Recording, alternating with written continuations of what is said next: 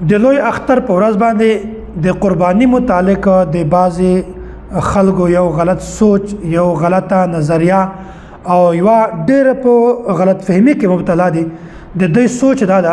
چې اول د قرباني په ورځ باندې د لوی اختر په ورځ باندې اول قرباني ده بیا لمونځ نه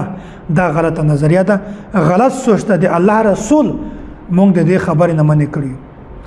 حضرت جندب بن سفیان رضی الله تعالی عنه دغه روایت نقل کوي صحیح بخاری کې دا روایت موجود ده وای زد رسول الله صلی الله علیه وسلم په خدمت کې د لوی اختر په ورځ باندې حاضر شوم بیا رسول الله صلی الله علیه وسلم فرمایل من ذبح قبل الصلاه فليعد مكانها اخرى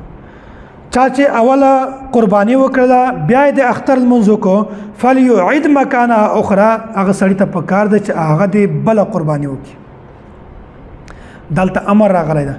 امر د وجوب لپاره استعمالېږي کوم خلک چې دغه سوچ لري چې قرباني واجب نه ده هغه دغه روایت ته وګوري چې الله رسول دومره سخت حکم ورکړی چې هغه د قرباني نه وشولې هغه قرباني نه وشوه بلکې هغه د بل قرباني وکړي مسنون اعمال کې دومره سختی نشته لکه په وجوب کې چې ده دغه دا معلومه شوه چې قرباني دا واجب عمل ده او بل قرباني په اختر نه مخکې نه ده په لمانځه نه مخکې نه ده بلکې اول لمونځ ده بیا قرباني ده تفصیل مخکې زه انشاءالله درته بیانوم بیا رسول الله صلی الله علیه وسلم فرمایلی دي من لم یذبح فلیذبح او چا چې اختر په لمانځه نه مخکې قرباني نه وي کړې او بیا هغه ته پکار ده چې هغه په لمانځه نه وروسته قرباني وکړي او رسول الله صلی الله علیه وسلم دومره سخت حکم ورکړی ده چې د هغه سړی قرباني کېږي هم نه چې هغه اول قرباني وکړي بیا د اختر لمونځ وکړي کوم سړی چې په اختر لمانځ نه مخکې قرباني کړې ده هغې قرباني دوباره اعاده راګرځول دوباره بیا قرباني کول دومره سخت حکم دا نبی علیه الصلاة والسلام دغه حکم نه دا ثابتېږي چې قرباني واجبه ده که چېرته قرباني واجبه نه وای نبی علیه الصلاة والسلام به د دغې اعادې حکم نه ورکوو نو نبی علیه الصلاة والسلام چې دومره سختی کړې ده چې اچھا چې اختر لمانځه نه مخته قرباني کړې وي دي هغه قرباني نه کېږي بیا د قرباني وکړي دغه دا معلومه شوه چې قرباني دا واجب عمل ده په دغه حدیث کې د امام ابو حنیفه رحمت الله علیه د موقف دلیل هم دا ده چې قرباني دا واجب عمل ده ځکه چې نبی علیه الصلاة والسلام دوباره د هغې قرباني د اعادې سخت حکم ورکړی دی چې کوم سړی په اختر لمانځه نه مخته قرباني وکړي که چېرته اختر لمانځه نه مخته قرباني کول یا اختر نه بعد قرباني دا واجب عمل نه وای نو نبی علیه الصلاة والسلام به کله هم د اعادې حکم نه ورکاوه نو قرباني واجب ده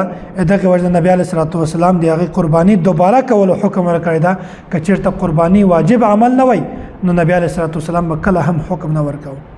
دا معلومه شوه چې قرباني دا یو واجب عمل ده بعضې هغه خلک چې د هغو سوچ نظریه دا ده چې قرباني سنت ته نه هغه د خپل سوچ خپل ځان ته کېدي او دومه خبره ده چې کوم کسان اختر لمانځه نه مخته قرباني کوي هغو ته پکار ده چې هغه دا عمل نه دی بالکل ځان بچ کړي داسې کار نه دی ځان بچ کړي هغه د اختر لمانځه نه بعد قرباني کوي که مخته د قرباني وکړله قرباني دې هم وکړله خو ثواب نه درته میلاویږي اتانه وجوب نه ساقطېږي بلکې بله قرباني به کوي ولې هسې ځان ته تکلیف ورکوي ها یو مسله بله ده هغه علاقه چې هغه دیهات وي په هغه کې د شهر وال شرایط موجود نه وي په هغه کې د اختر لمونځ نه کېږي د جمعې لمونځ نه کېږي چې کومه آبادي ورته وایي هغه شرایط نه وي پکې غټ کلی نه وي هغه که چېرته بیا اختر لمانځ نه مخته هم قرباني وکړي بیا هم صحیح ده ځکه چې د هغو په علاقه کې د اختر لمونځ شته نه چې د اختر لمونځ نشته هغه بیا سحر چې کله سترګه راوخیږي بیا اشراق نه بعد هغه قرباني کولی شي خو نن سبا عموما ډېرې زیاته علاقې داسې چې په هغه کې دغه پیغام د مونږ ول رسېږي نیټ موجود وي عموما هغه علاقې د شهر او د آبادۍ والي دي نو کومه علاقه کې چې د جمعې لمونځ کېږي د اختر لمونځ کېږي په هغې باندې د شهر حکم لګېږي نو په هغه کې په اختر لمانځه نه پسته وروسته قرباني کول ضروری دي که چېرته چا مخته قرباني وکړه اول قرباني وکړه بیا یې لمونځ وکړو د داسې سړي قرباني کله هم نه قبلېږي